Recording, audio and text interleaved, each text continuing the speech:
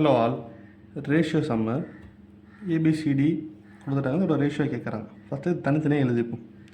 ஏக்கு என்ன 3ன்னு கொடுத்துட்டான். 3 4. பிசி என்ன 2 3.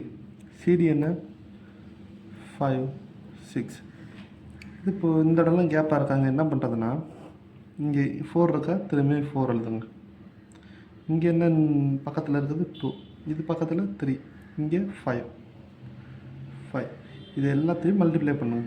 10 and 5 to 10, 10 to 7 30, 10 40, 3 5 are 15 into 4 60.